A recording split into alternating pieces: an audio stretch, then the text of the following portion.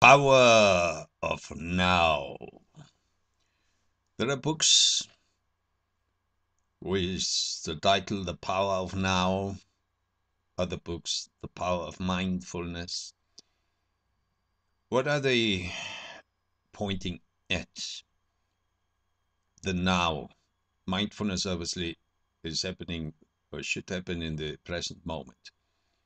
So the goal is to live in the now, but the question is why and how? Why should we live with the now? What's wrong about the past? What's wrong about thinking about the future? Obviously, it's impossible to live always in the now. We carry our past with us, and we should learn from our past. So, from time to time, we look back to what we already have learned, what we have lived through, so we can draw from our life experience. So, we have to look back. And the difference is between people who are just spacing out, their mind is spacing out, just wandering around in the past or in the future. They are not conscious where their mind is wandering. But consciously looking back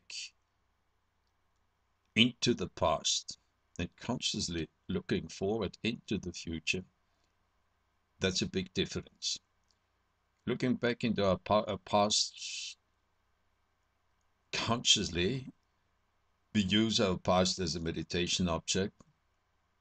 We transport ourselves again into a certain situation which we want to explore through meditation. So if we feel this past event as it were happening now, that is what the actors are doing. For example, an actor is making present, he represents the story of Hamlet. Well, obviously, it never happened. It's an invention, a fiction from Shakespeare. But at least he is repeating the words which Shakespeare wrote some centuries back, as if he were thinking or inventing these words right now. So he is making them present. He is representing these words which Shakespeare wrote. So consciously looking back and consciously reviving to a certain degree our past is necessary. We are not beings who are just living from moment to moment.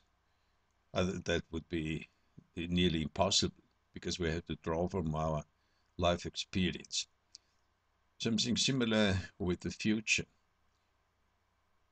If you are inventing something or project, making a project, we anticipate the future. So we are creating something now, a plan, a project, and then during the next time, we want to make it real. So we realize this mental image. An architect has a mental image of a building, and then he draws the building on paper, and then he realizes it. But the first thing, it was in his mind. The same as a writer. First, he had an idea, and then he elaborates this idea, and he makes a book. So we have certain ideas first in mind, which we cannot realize in this instant now. So we realize it through time. So we have to look back to draw on our experiences and we project certain ideas into the future, which are our plans. We don't live just from moment to moment, which some teachings emphasize. But what about the present moment? There's a difference between people. Most of the people, they don't stay very long in the present moment. They stay just for a short time, and then the mind is jumping forward and back into the future, into the past. A child which has not no past, maybe a couple of weeks or a couple of years, that's all his past. And it doesn't have strong ideas about the future, what he wanted to be. So a child lives more in the present moment. But an adult, maybe he has a long history and maybe he has a lot of projects and plans for the future. So we cannot go back to the situation of a child. But in the way of mindfulness, the emphasis on is on being as much as possible in the present moment. And how can we check if we are in the present moment? We have two tools, the body, and we take one of these body functions. We could take the heartbeat, but it's much easier to take the breathing. And why these simple tools? The body is always in the present moment. We're going to divide the body. One part stays in the present moment and the other part lives in the past. The body is always in the present moment. The same thing with the mind. No, the same thing with the breathing. We cannot breathe the breath we breathed yesterday, and we cannot anticipate the breathing from tomorrow. Breathing happens from moment to moment. Inhalation, exhalation, inhalation, exhalation. So these pose things, the body and the breathing, are our tools to check or to bring the mind back into the present moment. The main problem is the mind. The mind is always jumping around. Probably you have seen this kind of monkeys. They're always looking around, jumping around, and never stay really in the present moment, or there's no calm in them. They're always looking around if they can find something eatable. So something similar happens to our mind. The mind does not stay in the present moment for a long time. So what we can do so that the mind stays a little longer, we tie the mind to these two things which are always in the present moment, to the body and or to the breathing. How we tie the mind to the body? When you are walking, when the body is walking, the mind should be conscious, feeling the walking of the body. When we are sitting, we tie the mind to the touch sensations. So as soon as we feel our body touching the chair, the mind is in these touch sensations. And that means the mind at this moment is in the present moment, in the now. If we use the breathing, we become conscious about the inhalation and the exhalation. That means there are different techniques. We can count it, so the mind has something to do. We inhale, we exhale, count 1, Inhale, exhale, count 2. So with this simple exercising, connecting the mind to the touch sensations of the body, 1, or 2, we concentrate on the breathing. The other, that would be formal practice, but when we are walking, when we are driving, we can always bring back the mind to the body, and we can always become conscious about the breathing.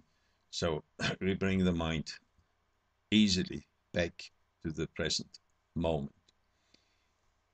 When we are doing things, let's say preparing your breakfast, if you concentrate on what the hands are doing, there you have the knife, and there you have the bread, and you're putting some butter on the bread, and the mind should be in the hand movements and what you are doing now. They're making your butter bread. So that also keeping the mind in the activity, what one is doing at this moment, keeps the mind also in the present moment. So, as I said, not always we can be in the present moment, but we should be as much as possible. In the case of eating of foods, what are people generally doing? They are reading the newspaper, they are watching the television, they are answering the telephone while they are eating. Or they go to a restaurant together with some friends, and there is the food in front of them at the table, but they are talking. So they are not really in what the mouse is doing, eating. So that's nearly normal, not being with the mind in the activity, what we are doing. There's a television, a movie running, and the people are at the same time eating. So they are not really in the movie. At least we should, for a certain time, when we are concentrated on a certain activity, exclude other activities. What is the outcome? Because we started with the power of now. We don't need this idea about the power. Well, that's good for selling a book, the power, you want to be powerful. Why is it unnecessary? Look at the child. A child is in the now. A child does not need to practice to be in the now. And the child does not show any power to show everybody that it is in the now. It is just in the now. So leave out these ideas about the power, just being in the now. It is nothing special. So if you take a tree is always in the now. The tree can be outside of the now and being in the future. It has a potentiality to become old. That the branch breaks off, and it obviously the tree has also its past. It grew from a tiny seed and become bigger and bigger, and it has somebody cut off the branch. So even the tree has its past and its future. But the tree does not show, or that does not insist that he is in the now powerfully. He is a tree is just in the now. So this idea of putting the power into it and show how powerful you are brings something into being which is not really necessary. Just be in the now. That's enough. No need of being powerful in the present. Being in the now, as soon as you cut off this relation to the future and the past, if you drop it temporarily, you just fall into the now. and that's enough. You become deeper. The mind is more focused because the mind is always trained to stay with the duty at hand, what you are doing.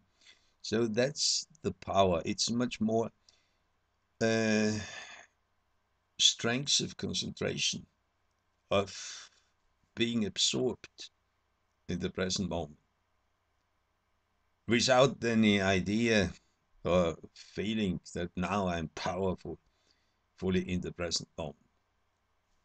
So to sum it up, when the mind wanders around, we bring the mind back into the body and into the breathing. And then this gives us a nowness, and we have a point of relation, a checkpoint. So we can always check how often the mind wanders away, how often the mind is in the now. As soon as we feel the body, we become conscious about the body, the posture, and certain body sensations. We are here in the now because the body is in the now. When we become conscious about our breathing, we are in the now. There's no need of any special power. Just going back at the present moment, and that's enough.